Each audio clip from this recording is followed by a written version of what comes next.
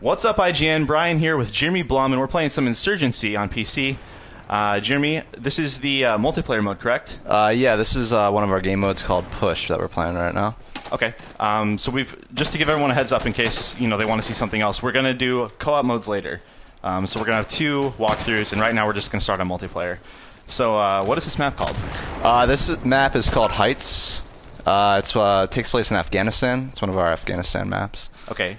And so Insurgency was a mod that came out in 2007? Yeah, it originally came out in 2007. Won ModDB Mod of the Year that year. Okay. We had worked on it for about, I want to say like 3 or 4 years before we released it. There was a bunch of us that worked on that project. I personally was the project lead on it. You were the project lead on the Insurgency mod? On the mod, yeah. Okay, and then, so just to kind of get some context here for people who might not know what it is or might be interested, how many people on that original mod team are now at New World developing this full game, this full release? Throughout the course of development, there's been a bunch of us. I would say there's probably about 6 of us now that were a part of the original mod team, including the original founder and creator, myself. One of the lead level designers on the project, the guy that made the music is on the project, as well as other level designers, and yeah, we have a bunch of the original guys on this team. Okay, and do you say 6 people? From the mod, yeah. Okay. How big is the team overall then? Our entire team is about 12 of us, but it's an independent, smaller team. Some of these people have other jobs, and so we pretty much have like a core team, I want to say, of like a half dozen, but there's about 12 of us total that are working on the project. That's a pretty small team for such an ambitious project. Yeah, we're multitasking. A bunch of us are doing many different things. Personally, I'm running the project. I'm also programming and doing game design and animation, and we're all sort of in that position where we kind of all have to fill multiple shoes in order to make this. So your actual title is lead designer, but you kind of do a little bit of everything. Yeah, my actual title is founder and game director. Okay. So yeah. So let's talk a little bit more about this multiplayer mode. You said it's called Push? Yeah, so this is actually the mode that was in the mod. This is like the popular mode from the mod that we ported over to the game. So we actually have a bunch of other original modes as well, such as Skirmish, which I think that's more of our unique mode in this game that wasn't in the mod. But that mode isn't being played currently on the servers, so... Okay. And this is early access for people who have pre-ordered the game, is that correct? Correct, yes. On Steam? Okay. Yeah.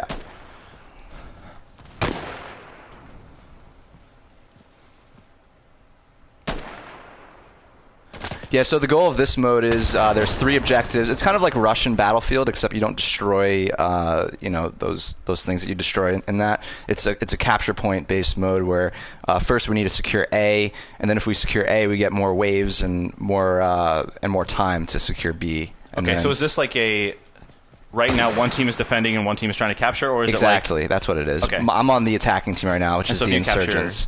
All 3 of them, you win. Exactly. Okay. So I think the thing that we kind of want to convey to people about this game is that Insurgency is basically what our goal is to create like the most intense and gritty firefight that you can experience in any shooter. I've noticed that people die very quickly in this. Yes, people die very quickly. There's very realistic weapon mechanics. We don't necessarily pride ourselves as being a quote-unquote realism game, because there's a lot of connotations that implies that we don't want people to get the wrong impression. Ultimately, we are concerned primarily with gameplay and making sure that we have a really fun experience here. But we do have a lot of realistic elements in the game, such as the way the weapons handle with the free aim, no crosshair, the way the bullets are very lethal. I did notice the no crosshair, because in so many shooters you have the crosshair and then you have the marks for when you hit somebody. It lights up and it gives you an indicator. It's none of that here. Yeah, and when you go down, we don't have kill cams. We don't tell you who killed you or anything like that. Friendly fire is on by default. Oh, so wow. by all means, it's a hardcore game. If you're into hardcore shooters, this game is definitely for you. It's not as large scale as a game like Red Orchestra or Arma, but I like to think of it as sort of it's got like the Red Orchestra feel to it, but it's got more of a scale, more parallel with like Dave Defeat. For people familiar with Dave Defeat. I did play that. Which I played a lot of, obviously, growing up. And, that's a big influence on this game.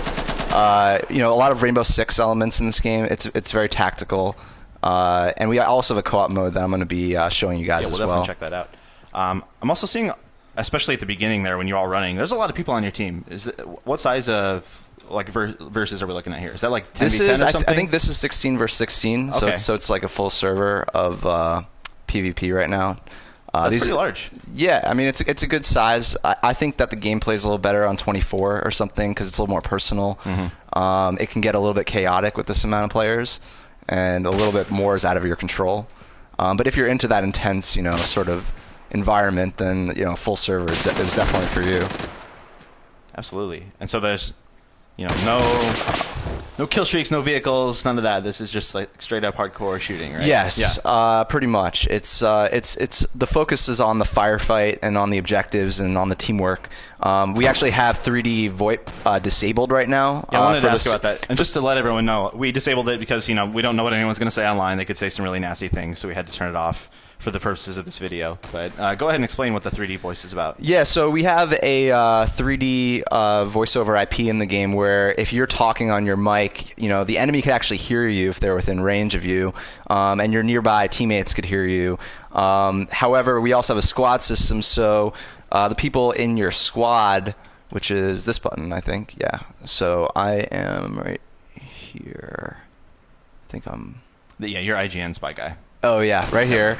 So I'm in the scout cell. Everybody in my squad, if I talked on VoIP right now, they would hear me no matter where they are on the map. But if they're not in my squad, then they would only hear me if they're close to me. They wouldn't be on the radio. So we basically have the squad system that you know, incorporates teamwork into it. A lot of people, you know, if we didn't have the VoIP disabled right now, you would notice a lot of people are communicating in this game.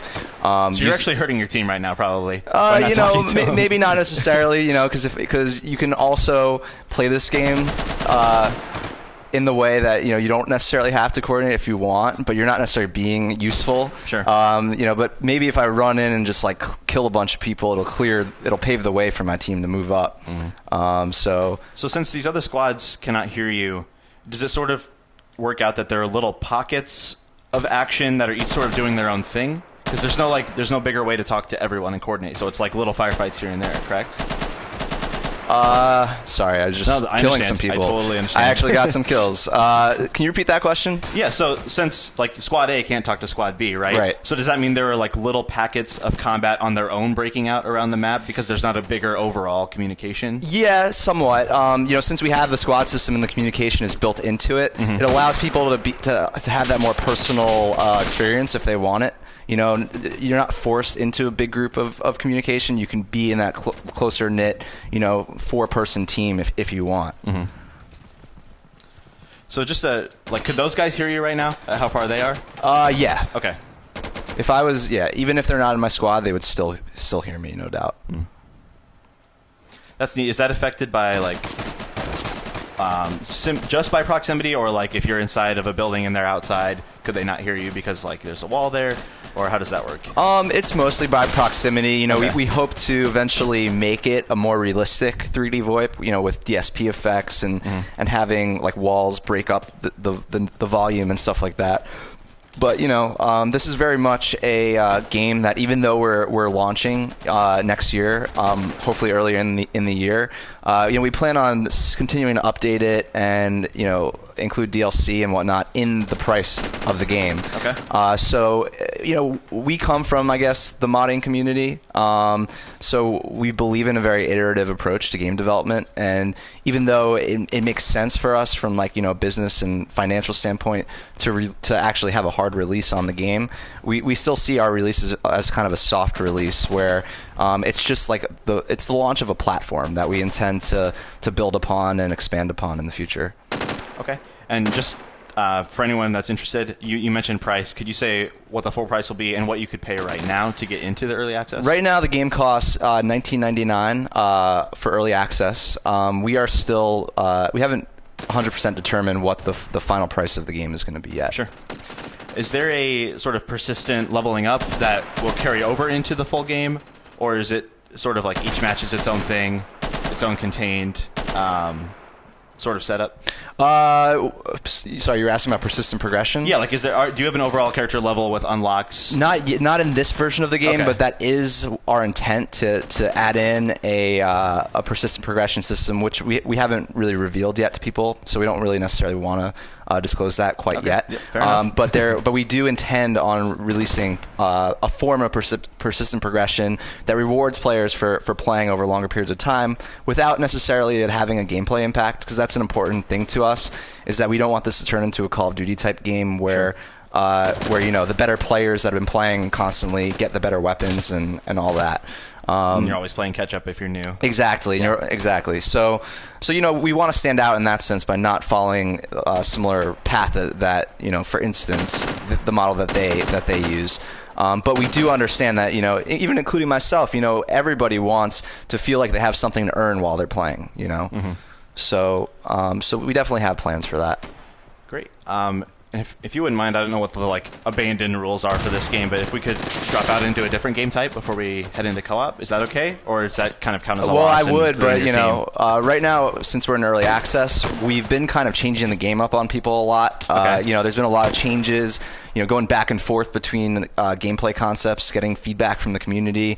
So in the process, we've kind of, our biggest goal has not necessarily been to manage a big player base. Our biggest concern right now is to get the game in a really good place, and that involves changing it a lot, getting a lot of feedback on the changes.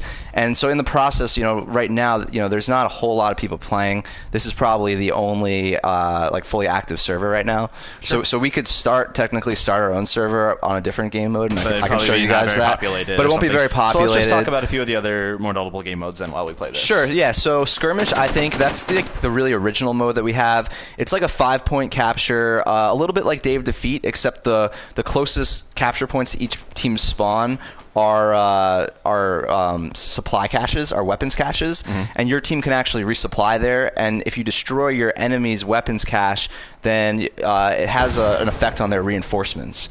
The way that the mode works is when you capture points, you actually gain reinforcements. But when you destroy your enemy's weapons cache, they can no longer gain reinforcements when they capture points. So their supply usually trickles down and dwindling and usually depletes to 0 pretty quickly. And once your team runs out of waves, which you can see on the bottom of the screen right now, you can actually still get back in the game if your team captures a point. Okay. So you're not totally out if you lose So you're not it. totally out of it. You can be the last guy left on your team with no waves left on your team. Everybody's spectating, watching you, and you and you still have the potential to bring your team back. We call that a hero cap in our game. There's definitely a sense in this game that you could be the hero for your team. That's sort of a theme that we've seen reoccurring throughout development. Kill streak of 11. Yeah, I'm not playing too good. It's tough playing on a new rig with a new mouse. Call you out. Oh yeah, they're gonna be like, "Who's this crappy player?" This guy made the game. Yeah, exactly. Yeah.